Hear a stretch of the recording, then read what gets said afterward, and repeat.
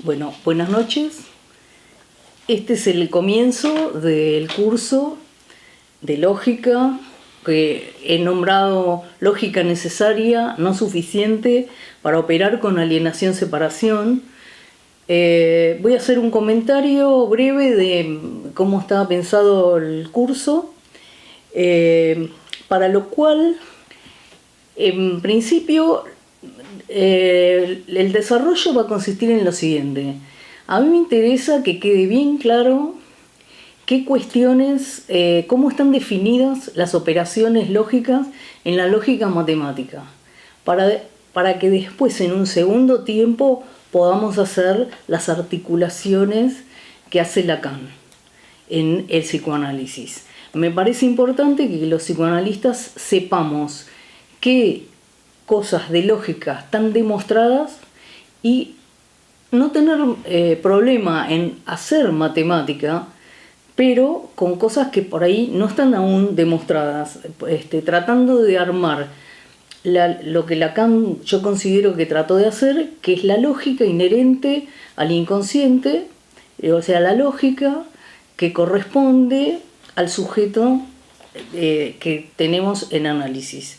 Bien, lo que voy a hacer simplemente, no voy a hacer un desarrollo extenso de la historia de la lógica, les voy a dar después bibliografía al respecto, una que es la bibliografía que tomó Lacan, que es el desarrollo de la lógica de Kneale, después lo voy a escribir, y yo en particular tomé de lógica simbólica y elementos de metodología de la ciencia de Salama una breve introducción que dice así: la lógica simbólica. La lógica es una ciencia en cuya historia pueden distinguirse dos grandes momentos. El primero se extiende desde sus orígenes, cuando fue creada por Aristóteles en el siglo IV a.C. hasta mediados del siglo pasado. Es el de la llamada lógica clásica, tradicional o aristotélica.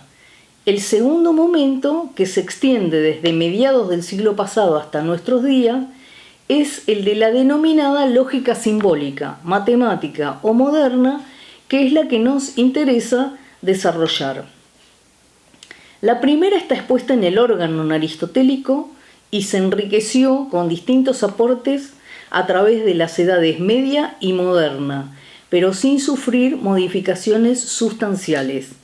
La segunda, que fue desarrollada principalmente por matemáticos, surgió, entre otros motivos, con un intento de justificar ciertos razonamientos considerados válidos por las matemáticas, pero que la lógica aristotélica no podía justificar como tales.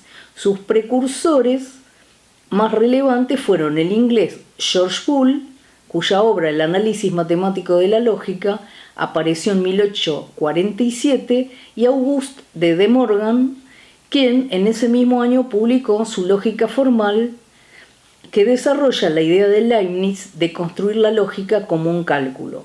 Con posterioridad aparecen los trabajos de Frege, considerado el padre de la lógica moderna. Bueno, este sería, después hay otros nombres, por supuesto. Está Bertrand Russell con Whitehead en los Principia Mathematica. Bien, ¿cuál es el tema? ¿Por qué la lógica en psicoanálisis? Entonces, yo lo único que voy a dar en esta presentación es lo siguiente. Freud tiene un artículo que se llama La negación, que es fundante. Entonces, ¿qué pasa con la negación en el análisis? Nosotros lo que sabemos que justamente se trata de una negación que no funciona con la lógica clásica, pero es importante saber la lógica clásica para poder después a ver cuál sería la negación pertinente. La negación clásica, negar dos veces, se obtiene una afirmación. Eso ya lo voy a desarrollar en un rato. Sabemos que en el inconsciente se admite afirmar y negar algo a la vez, cosa que sería contradictorio en la lógica clásica. Bueno, ese es un punto. Es decir, necesitamos una lógica específica.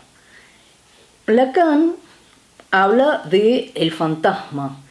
¿Y el fantasma qué es? Es un axioma propone que es un axioma del cual se deducen resultados, que el hablante va a deducir eso de ese axioma. Y esto va a estar ligado también con las fórmulas de la sexuación. Es decir, que lo que está planteando Lacan en toda su enseñanza es que la cuestión es más allá de la sexualidad biológica. Hay una sexualidad que tiene que ver con la biología, pero fundamentalmente lo que nos concierne es como hablantes que hay una sexuación que tiene que ver con las identificaciones. Bien, entonces ya tenemos por un lado la negación, por otro lado el fantasma y las operaciones que va a proponer, que justamente son alienación, separación. Bueno, son todos elementos de lógica, como plantea en la lógica del fantasma. Y por supuesto también otro elemento que concierne, que es lógico, que tiene que ver con la verdad. ¿De qué verdad se trata?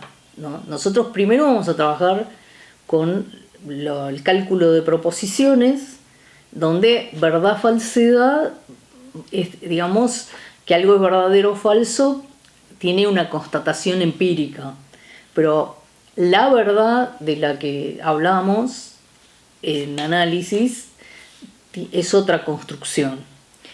Bueno, lo que voy a leer simplemente de Lógica del Fantasma es que Lacan dice así: en la Lógica del Fantasma he titulado este año lo que tengo pensado poder presentarles de lo que se impone en el punto al que hemos llegado de cierto camino que implica, lo recordaré con fuerza hoy, esa suerte de retorno muy especial que ya el año pasado hemos visto inscripto en la estructura y que es propiamente en todo lo que descubre el pensamiento freudiano fundamental. Este retorno se llama repetición. Repetir no es volver a encontrar la misma cosa. Lógica del fantasma, por lo tanto,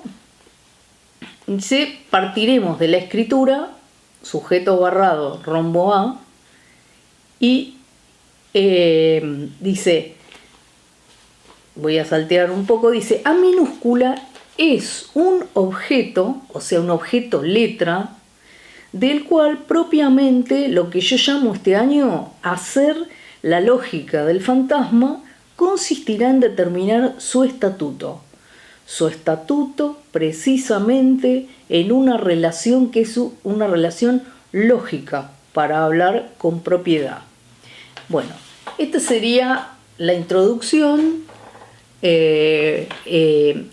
así que los invito ahora a que vamos a seguir, vamos a hacer el desarrollo de los puntos del programa, que en esta primera reunión voy a desarrollar la introducción al cálculo de proposiciones, las tablas de verdad de los conectores lógicos, negación, disyunción, conjunción, implicación material y equivalencia lógica. Bueno.